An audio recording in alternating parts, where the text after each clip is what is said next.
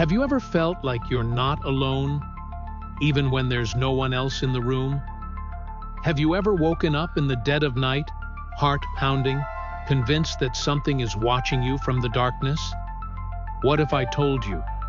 You might be right, because there's something out there. Something lurking just beyond your sight. And once you see it, it sees you too. You ever wake up in the middle of the night and feel like someone's watching you? You turn your head, and there, in the darkness, something moves. A shadow. Not yours. Not from the moonlight. Something else. Something alive. People have reported seeing them for centuries. Dark, humanoid figures lurking just beyond the edges of their vision. Watching. Waiting. Moving closer when you're not looking. Some say they vanish the moment you focus on them. But others claim they don't. They just stand there, staring, feeding off your fear. It starts small. A flicker in the corner of your eye. A shadow where there shouldn't be one. Your brain tells you it's a trick of the light, just your imagination. But the feeling lingers. The unease crawls up your spine. And then, one night, you wake up, and they're there, standing over you, still, silent. And you realize they're real. The most terrifying part? No one really knows what they are. Some believe they're interdimensional beings, slipping between realities, glimpsed only when the veil between worlds thins. Others say they're spirits, entities trapped between the living and the dead. And then, there are those who believe they are something much, much worse. There are stories, thousands of them. People who've seen them, felt their presence, and barely lived to tell the tale. Some describe the figures as merely watching, unmoving, lingering just out of reach. But others tell of shadow people who move, who shift, who creep closer each time you blink, each time you breathe. And then there's the Hat Man, a figure darker than night itself, a tall, looming presence with an impossibly wide-brimmed hat.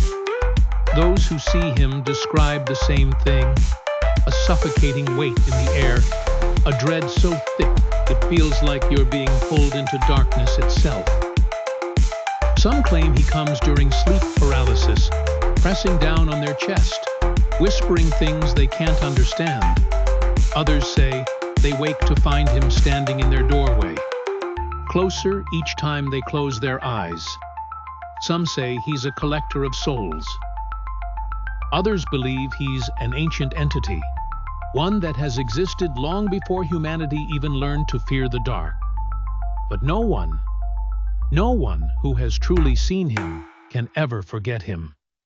And it doesn't stop there. People report different types of shadow figures. Some are small, darting across rooms, peeking from behind furniture. Others are tall, looming, stretching across walls like ink spilled in the air. Some have eyes, burning red, glowing white, soulless pits of darkness that stare straight into you. And some have mouths. There's a common thread among these encounters: fear. Pure, unrelenting fear.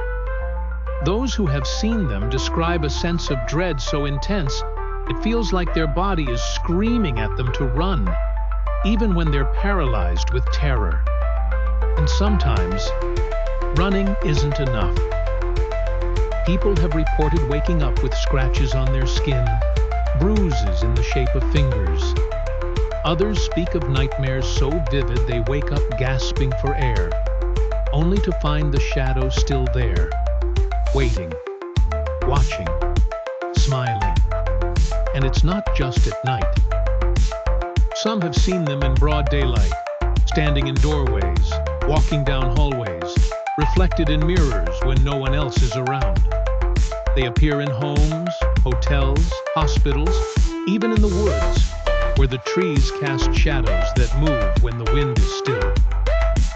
So what do they want? Are they feeding on our fear? Are they trapped, trying to reach out, to communicate? Or are they something older than fear itself? Something that lurks in the darkness, waiting for the perfect moment to step fully into our world. One thing is certain, those who see them never truly feel alone again. Tonight, as you turn off the lights, as you lay in bed, staring at the ceiling, take one last glance at the shadows in your room. If you feel like something is watching you, if the air feels just a little heavier, if your breath catches in your throat for no reason at all, you might not be imagining it. And if you see something move, whatever you do, don't look away.